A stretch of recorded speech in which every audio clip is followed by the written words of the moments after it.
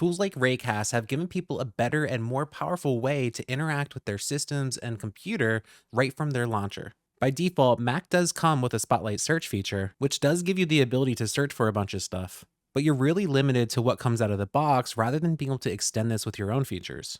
Raycast, on the other hand, has a complete store where you can find a ton of different ways to extend your launcher. While that's bringing ChatGPT or Translate directly into that interface, or building your own, where I created one for Cloudinary where you can upload your clipboard or a URL directly to Cloudinary. So we're going to learn how you can create your own extension, where we're going to set up a few commands to hit the Hyrule Compendium API, which will give us a way to easily access some of these creatures and different items so we have a good way to quickly look them up.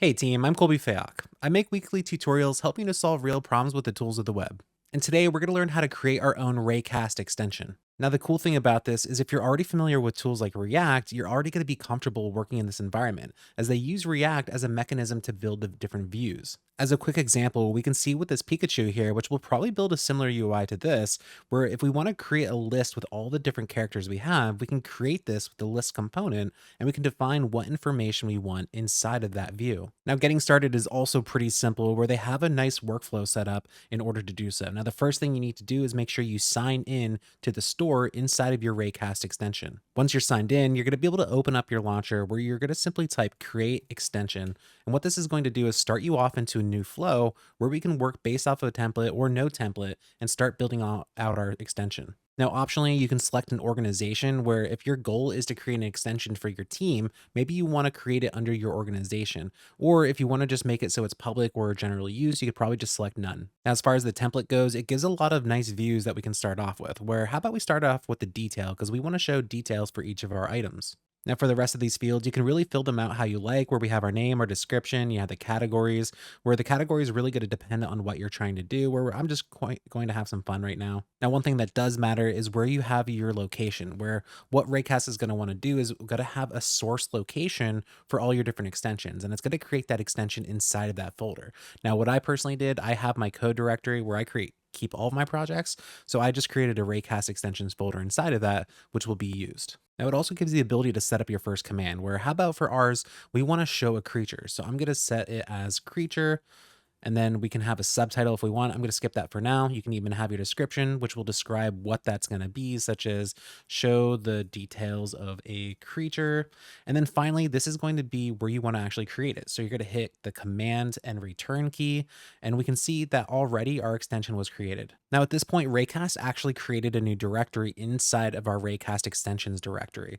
We even see that we have the ability to publish this. We're not going to get into that now. We can even manage our extensions inside of Raycast, but let's just jump over to that code. If I look inside of my Raycast extensions, we can see that I now have that Hyrule Compendium, where I also have my Raycast Cloudinary extension that I'm working on, but we can see that we can now navigate into our Hyrule Compendium. And at this point, I'm going to run npm install to make sure I have all of my dependencies, and then npm run dev, where if you notice, the first thing it's going to do is after it starts my local development server, it's going to actually pop up my launcher. Now, if you remember, the first thing that we set up was a creature command. So if I start typing out creature, we can see that I already have that result for that command. And if I select that, we can see I get my hello world. Now, actually digging into the code, it's going to look really familiar again if you're a React developer, where the only thing is, depending on if you're familiar with TypeScript, it really doesn't get too heavy with TypeScript. It shouldn't be too bad for getting up and running.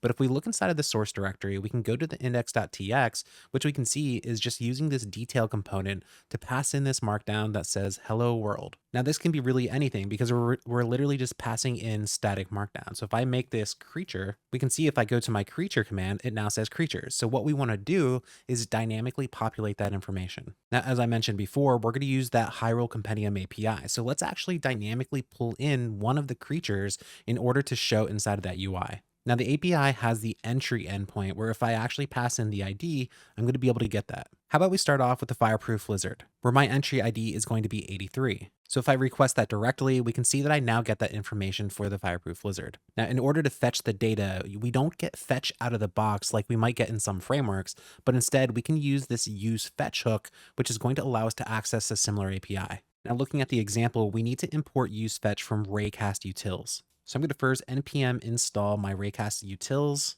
I'm going to paste that import in at the top of my page, and then just simply using the example that they have here, I can paste that in as well, but then I'm going to update it with my endpoint for the fireproof lizard, where because we're not going to have that data right away, we want to make sure that we're handling the state, and we get this is loading flag here. So I'm going to pass into the detail, which accepts an is loading prop to make sure that we're handling that loading state. But once this data comes in, we want to ultimately show the name to start off with inside of that document. So I'm going to update this to a dynamic value where I'm going to pass in my template literal tags, and let's pass in as the headline data.name. Of course, we need to make sure that Typescript is also happy with this. So we need to start off by making sure that data is actually available before we access name, but we also need to make sure we type out this data object. So let's set up a new interface of creature response.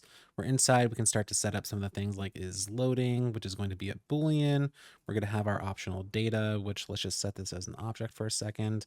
Then I'm going to plug in my creature response. Now, interestingly, the way that this data is going to come back is actually going to be data.data. Now, that's because our endpoint actually returns a data property. But maybe it's some kind of TypeScript magic going on or something, but it's not necessarily recognizing that connection properly from what I can tell. So what I'm going to do is create a constant called creature, and I'm going to set that equal to data.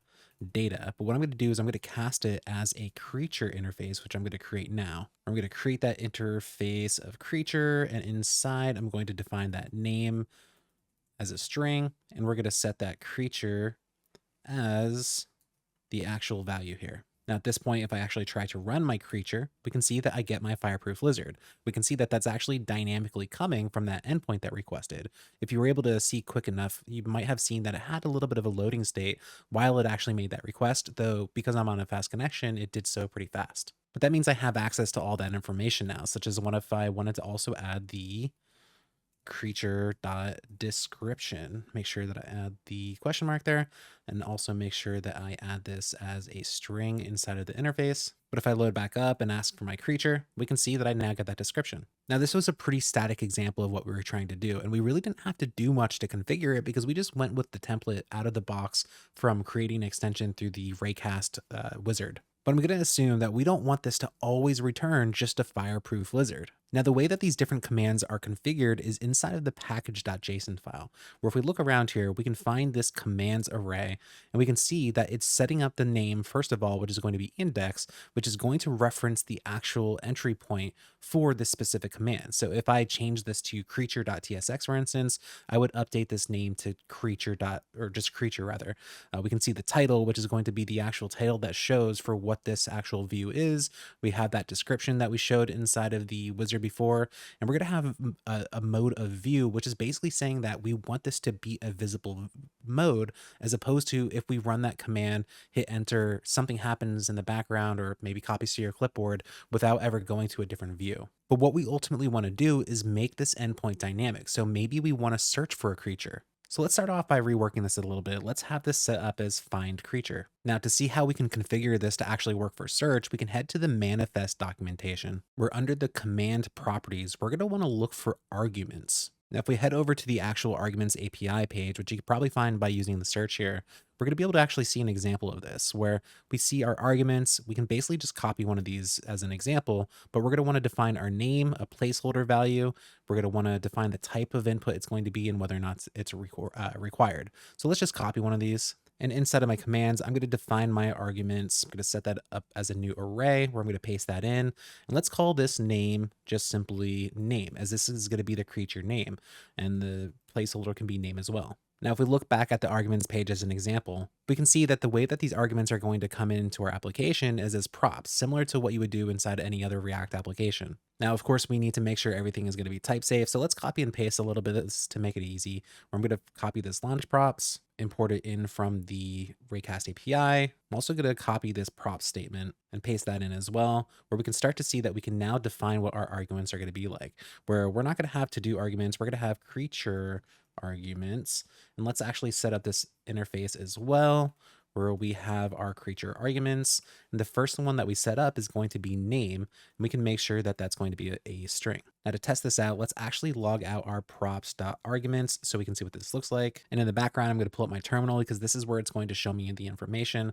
But if I now look for that find creature, we can see inside of this field, I now have the ability to navigate over to this name, where if I type something like lizard, now for now, we don't actually have anything happening dynamically, but we can see that the terminal updated where I now get that argument name of lizard. Now, from what I can tell, we don't actually have a search interface on the Hyrule Compendium API.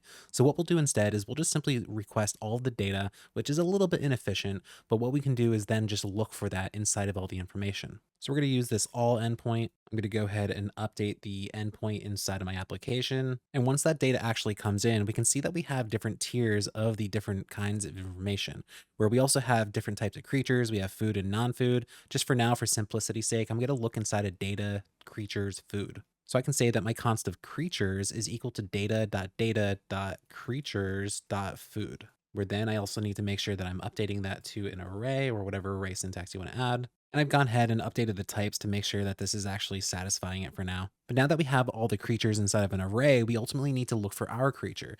And we're not going to do any kind of fancy search right now. We're just going to do a simple string search. You can do something like use fuse in order to get a nice little fuzzy search experience. So I'm going to add a const of creature, and I'm going to set that equal to creatures.find, where for each of those creatures, I want to see that the creature.name, and I'm going to set this to lowercase to make sure that we're searching on the same thing. But I want to find a creature where the name includes this search query, where I'm going to get that from props.arguments.name. Now, I'm not a TypeScript expert, so I might certainly be doing the wrong thing, but I'm going to say that I want to make this as a string to satisfy this issue when it's passing in inside the includes method. I also want to make sure that I lowercase the name field. So we want to make sure that that first exists. And I'm going to add to lowercase to make sure that we don't have to deal with capitalization as we're actually making that search. But now that we have our creature, as long as we actually have a match, we should now be able to see that if we look for our creature now and we go over to the name, and let's try that lizard again, we can see that we now get that fireproof lizard still because we're actually searching for what's actually in the name, right? So let's go back and let's try to search for another creature. This time, let's search for a cricket. And this time we can see that we get that cricket because we're dynamically looking up that value from all of our different creatures. Now, of course, you'd probably want to abstract this and clean it up a little bit to make it a little bit more resilient, but we can see how this can work, especially if we pull in a more powerful search mechanism like Fuse, but we can see how we're able to dynamically grab data from a server and use it to actually build a custom UI. Now, before we stop with this one, let's actually make this look a little bit more decent, where we can level this up beyond just having Markdown and actually show that image that we have. I personally like this detail metadata for this specific type of thing, so I'm just going to simply copy this example that we have here. So let's paste this right inside. I'm even going to grab the way that they're showing this markdown for the image and paste that in as well, where let's start updating those dynamic values where I have my creature name. We can see a lot of this other information that we get, including the image property. So instead of this static URL, I'm going to give my creature image, and I'm going to pass in my creature description. Now I can safely get rid of most of this detail, where we can see that I cut out that is loading just to make sure that we can pass that in on our updated detail UI. But now let's update some of this other stuff where we have the creature name for the title. How about let's add the category, cooking effect, and the hearts recovered. So we have our category, cooking effect, and our hearts recovered. So I added those all in, and we're going to get to the TypeScript in a second. But then we also see we have this tag list where we can add the locations. So I'm going to map through those, where I'm going to say creature cooking common locations, where I'm going to map through each location, and I'm going to say I want to ultimately return one of these items. Now in React land, we need to still make sure we have a key for each one of these. So I'm going to pass in the location as that value.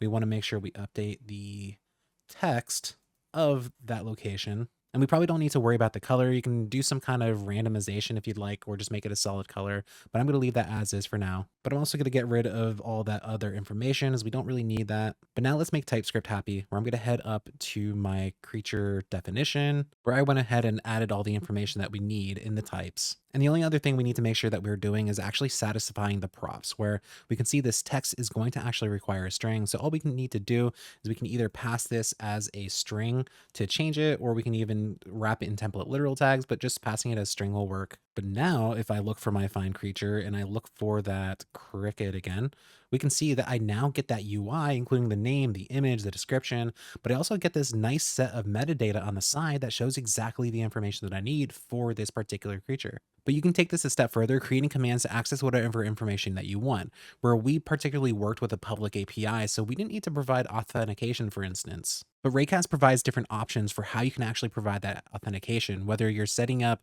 your API key find secret manually inside of their preferences API. They even have an OAuth implementation that makes it easy to actually log into the provider that you want to work with. But what makes it even more interesting is we just reached out to the API endpoint directly, but you can actually work with Node SDKs in order to make these kind of things happen. We're using my Cloudinary extension as an example. What I wanted to make happen is allow somebody to upload an image directly to their Cloudinary account. So to do this, I'm actually importing the Cloudinary Node SDK, which allows me to easily configure all of my authentication methods and use that API directly rather than having to set up a bunch of that complicated stuff manually. Which you might be wondering, how can I actually load a Node SDK inside of a React application? Where what's actually happening, this use effect isn't the traditional use effect that your mental model might actually have from working inside of a web browser. Raycast is actually taking all this React code and transpiling it into a Swift application.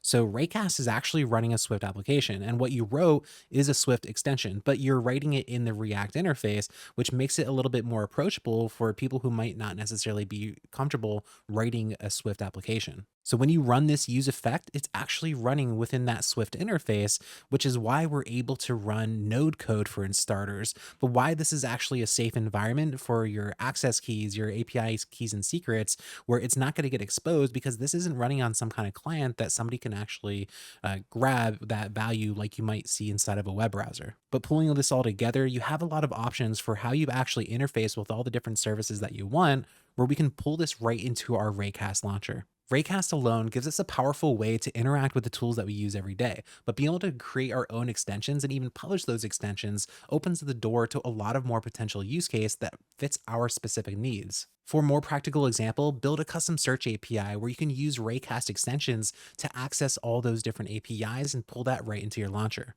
If you like this video, make sure you hit thumbs up, subscribe, and click that little notification bell for future web dev content. Thanks for watching.